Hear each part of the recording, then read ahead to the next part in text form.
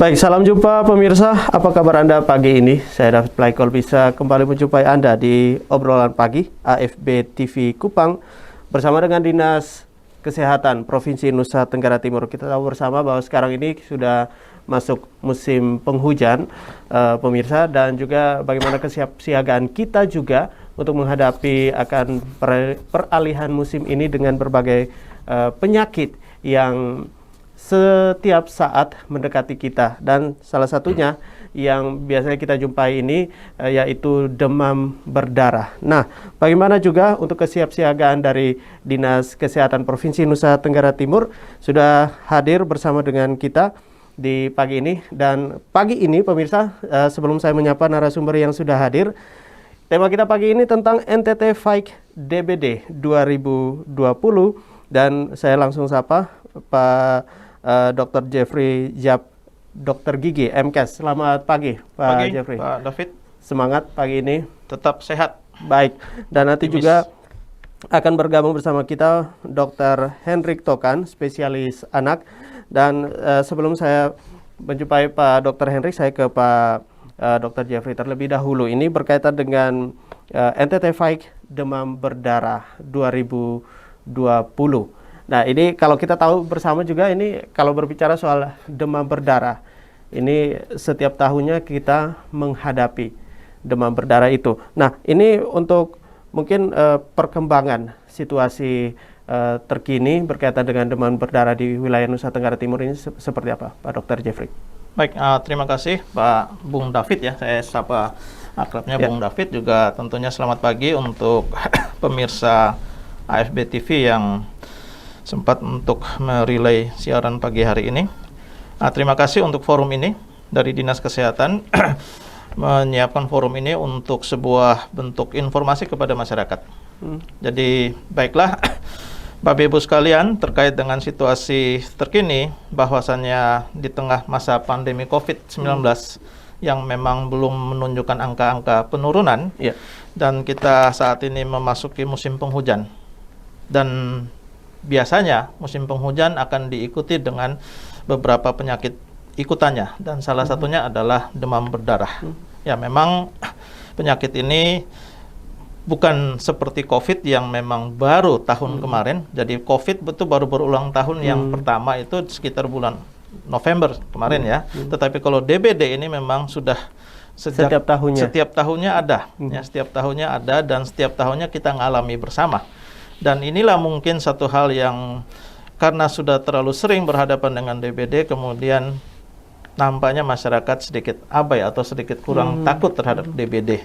Ya, padahal sesungguhnya situasi ini justru harus benar-benar kita waspadai benar. Sehingga memang hari ini Dinas Kesehatan Provinsi NTT mengajak seluruh masyarakat di Nusa Tenggara Timur untuk mari, selain pandemi COVID, maka kita juga harus waspada terhadap DBD.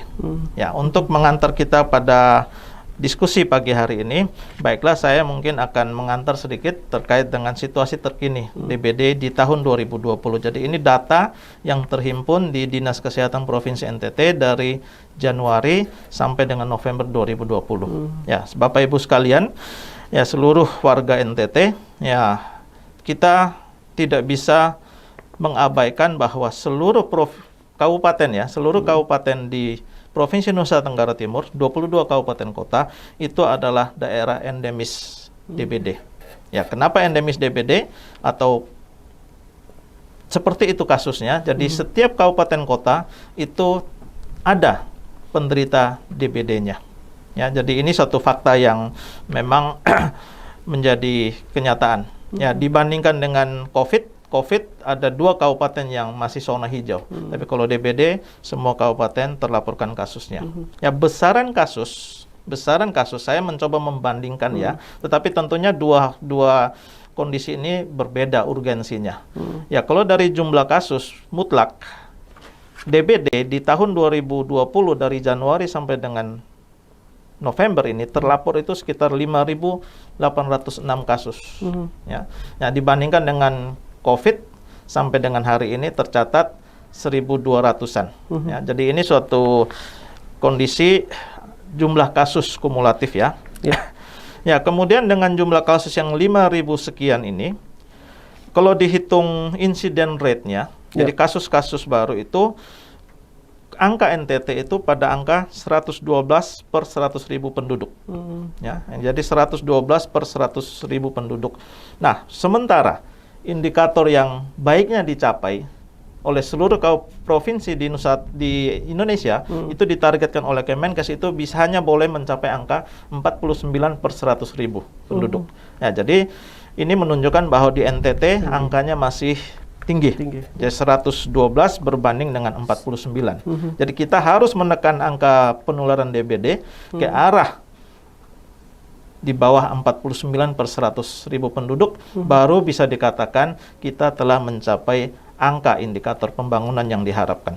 Ya, jadi ini kondisi real kita terkait dengan jumlah kasus. Nah, bagaimana dengan kefatalan?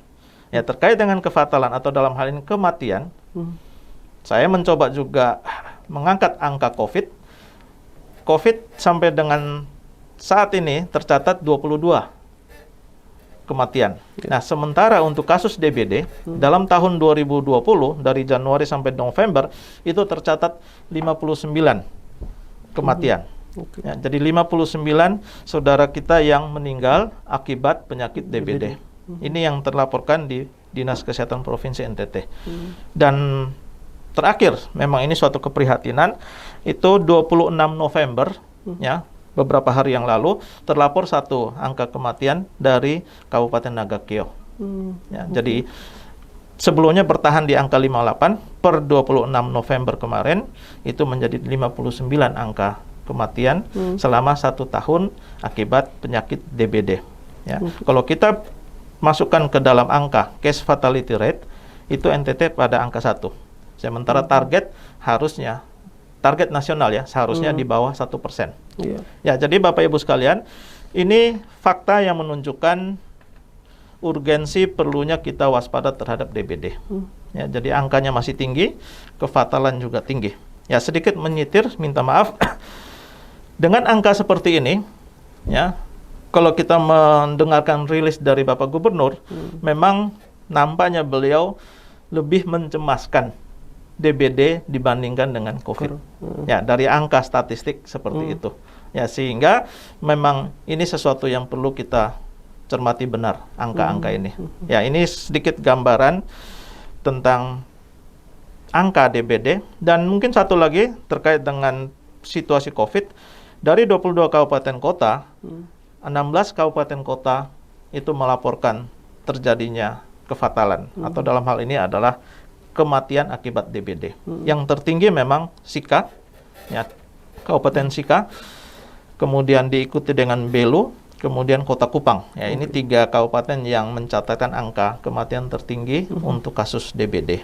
Ya, jadi poin saya menutup pada poin tentang situasi DBD ini, maka waspadalah terhadap ancaman DBD. Baik, Sekian, Pak David. Baik, Pak Jeffrey, ini sangat menarik sekali informasi ini dan sangat mahal untuk masyarakat yang sementara menyaksikan obrolan pagi. Nah, di data yang sudah disampaikan oleh Pak Dr. Jeffrey sendiri ini terkait dengan bagaimana juga kita di wilayah Nusa Tenggara Timur berkaitan dengan angka kematian. Berkaitan dengan angka kematian dari DBD ini lebih tinggi ya, 50 berbanding dengan yang COVID ya. Nah, situasi seperti ini setiap tahunnya ya, tadi seperti pembuka tadi bahwa setiap tahun DBD berulang tahun. Nah, ini dengan pembelajaran seperti ini pantauannya seperti apa sehingga artinya kita menekan atau juga membasmi supaya DBD ini tidak ada. Baik, jadi terkait dengan pemantauan untuk kejadian penyakit DBD, ya kita harus flashback ke belakang bahwasannya DBD ini sesungguhnya penyakit yang spesifik berbasis lingkungan. Ya, jadi lingkungan, ya, dan menular atau ditularkan melalui vektor nyamuk dalam hal ini. Ya, nyamuk Aedes aegypti, ya, yang menggigit manusia dan kemudian membawa parasit virus DBD. Ya.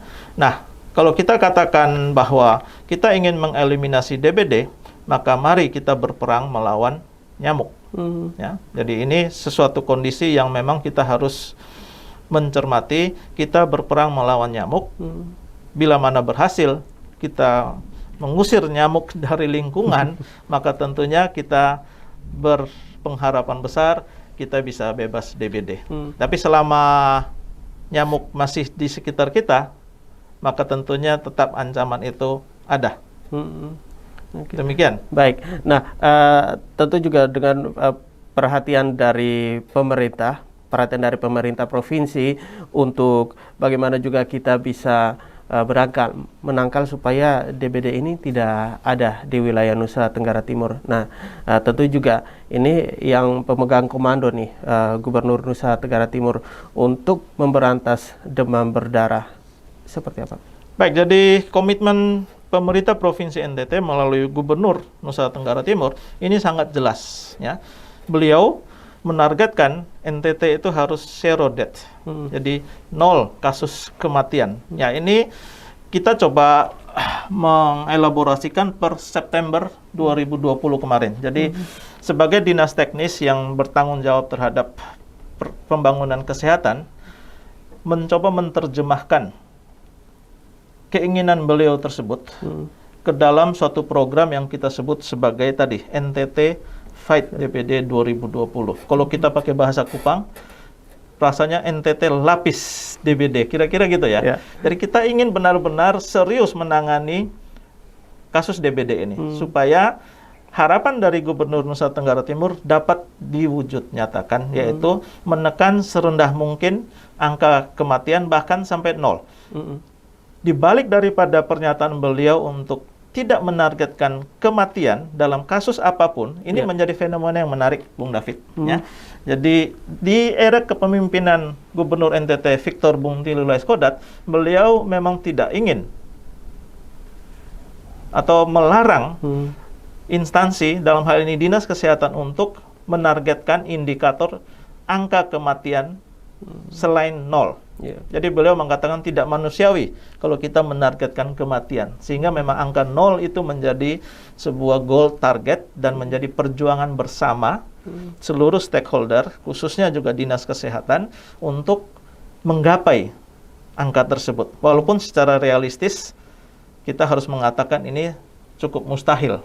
Ya, tetapi baiklah, filosofi komitmen gubernur tersebut harus kita terjemahkan ke dalam rangkaian aktivitas. Dan itu yang kita sebut sebagai NTT Fight DBD 2020, bagaimana menekan angka kematian sampai pada tingkat 0. Nah, ini menjadi PR bersama tentunya. Ya, tidak hanya pemerintah, tetapi juga tentunya kerjasama dari masyarakat sangat dibutuhkan untuk mencapai angka tersebut. Ini kalau kita lihat juga tadi disampaikan bahwa target dari Kementerian Kesehatan Republik Indonesia ini 49 per 100.000 penduduk. Ya, 100.000 penduduk. Nah, sedangkan Nusa Tenggara Timur 112 per 1.000. Ya, 100.000 penduduk. Nah, ini angka sangat tinggi sekali. Nah, kerja keras dari pemerintah sebagai pelaksana nih dari Dinas Kesehatan Provinsi Nusa Tenggara Timur. Tentu dalam tanda kutip ya, bergerilya ke daerah-daerah. Butuh juga ini komitmen kerjasama dari provinsi dan juga daerah. Ini seperti apa? Baik, jadi menindaklanjuti ancaman DBD di saat seperti sekarang ini, Gubernur telah mengeluarkan sebuah instruksi ya. Jadi ini bukan himbauan lagi, tetapi instruksi Gubernur. Saya boleh bacakan Pak ya.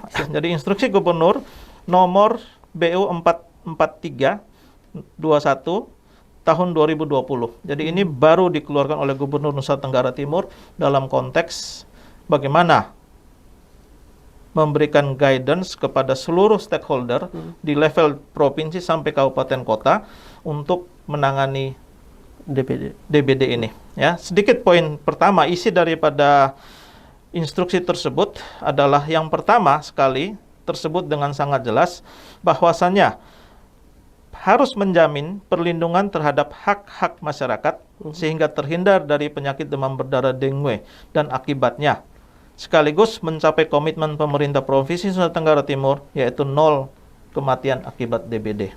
Ya, ini sebuah harapan yang sangat tinggi dan baiklah sudah tertuang dalam instruksi gubernur. Jadi poin pertama isi daripada instruksi tersebut demikian bunyinya. Bagaimana pemerintah Provinsi Nusa Tenggara Timur, baik level provinsi maupun kabupaten kota sampai dengan tingkat terendah kelurahan RT RW itu memberikan perlindungan kepada masyarakatnya untuk terhindar dari DBD dan juga mencapai 0 angka kematian. Ini adalah sebuah komitmen.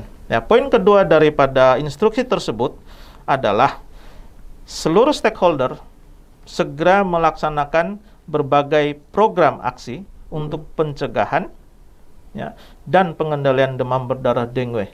Jadi ini sudah jelas. Segera melaksanakan berbagai program aksi. Poin pertama, gerakan serentak pemberantasan sarang nyamuk atau yang kita sebut PSN, pemberantasan sarang nyamuk. Ya, dalam konteks upaya penanganan DBD kita kenal istilah 3M+. Ini harus dilaksanakan oleh seluruh masyarakat sampai pada level keluarga. Ya, pemberantasan sarang nyamuk. Ya, karena tadi sarang nyamuk bukan hanya ada di kantor pemerintahan, tapi sarang nyamuk ada di rumah-rumah. Dan yang tergigit itu juga keluarga sendiri. Ya, kalau masyarakatnya tidak mau melakukan itu, sekuat-kuatnya gubernur dan pemerintah ngomong, berteriak, memberi instruksi, kondisinya akan tidak tertanggulangi. Jadi masyarakat sebagai objek sekaligus subjek daripada gigitan nyamuk harus melindungi dirinya. Ya, peran pemerintah adalah tadi, bagaimana menyuarakan hal tersebut. Itu poin pertama, jadi PSN ya. Poin kedua yang menjadi ranah pemerintah adalah bagaimana pemerintah memastikan ketersediaan dan pendistribusian logistik dalam rangka pencegahan dan pengendalian DBD pada lokasi yang berpotensi terjadinya wabah. Nah, di sini peran pemerintah lebih dominan. Kalau tadi saya tegaskan, peran masyarakat lebih dominan untuk bagaimana menjaga lingkungannya agar sehat. Itu menjadi sangat-sangat penting. Nah, kemudian peran pemerintah yang poin kedua ini, bagaimana memastikan pendistribusian logistik untuk pencegahan DBD. Nah, peran pemerintah di situ yang lebih dominan dalam hal ini misalnya bagaimana pendistribusian abate larvasida ya kepada rumah tangga. Ya, jadi selain pemberantasan sarang nyamuk, ada juga pendekatan secara kimiawi ya untuk mengendalikan perkembangbiakan jentik dengan abatisasi. Ya, dengan abatisasi. Itu menjadi peran pemerintah. Nah, poin ketiga lagi dari instruksi ini adalah bagaimana memastikan fasilitas kesehatan baik tingkat pertama, puskesmas dan juga rumah sakit itu siap untuk menangani pasien DBD bila mana memang tertular DBD. Jadi ada 3 aksi yang harus dilakukan secara sinergis. Yang pertama, masyarakat harus dominan di konteks PSN, pemberantasan sarang nyamuk. Kemudian pemerintah memainkan 2 peran. Bagaimana menjaga logistik dan juga bagaimana memastikan fasilitas kesehatan itu siap untuk menangani masyarakat yang terkena DBD. Itu poin kedua dari isi instruksi gubernur. Poin ketiganya adalah segera membentuk satuan tugas pencegahan dan pengendalian demam berdarah di tingkat kabupaten kota sampai pada tingkat kelurahan. Ya, di provinsi sudah dibentuk satuan tugas DBD. Ya, demikian ini kurang lebih isi daripada instruksi gubernur dan gubernur mencermati situasi perkembangan melalui berbagai jejaring pelaporan yang ada. Beliau mengamati dengan sangat ketat. Begitu ada kelaporan kefatalan harus segera sampai di beliau. Nah, ini kurang lebih instruksi beliau. Baik, Pak Dr. Jeffrey, ini sangat menarik sekali. Memang ada beberapa lagi yang mau ditanyakan. Mungkin ini juga salah satu pertanyaan juga dari pemirsa juga mungkin ya, yang berkeinginan tetapi kita tidak interaktif, tetapi juga di keadaan sekarang ini, pandemi. Nah, di saat mereka mengalami DBD, mau kemana? Ya pastinya ke rumah sakit. Tetapi kalau rumah sakit, ya kalau di Kota Kupang misalnya, untuk sekarang ini ada beberapa rumah sakit atau puskesmas yang ditutup sementara berkaitan dengan DBD. Ini seperti apa penanganannya? Mungkin ya, Pak Jeffrey. Kita break sebentar, Pak Dr. Jeffrey. Saking semangatnya untuk kita juga pemirsa, untuk Anda tetap bersama kami di obrolan pagi. Kami segera kembali. Baik, kita kembali di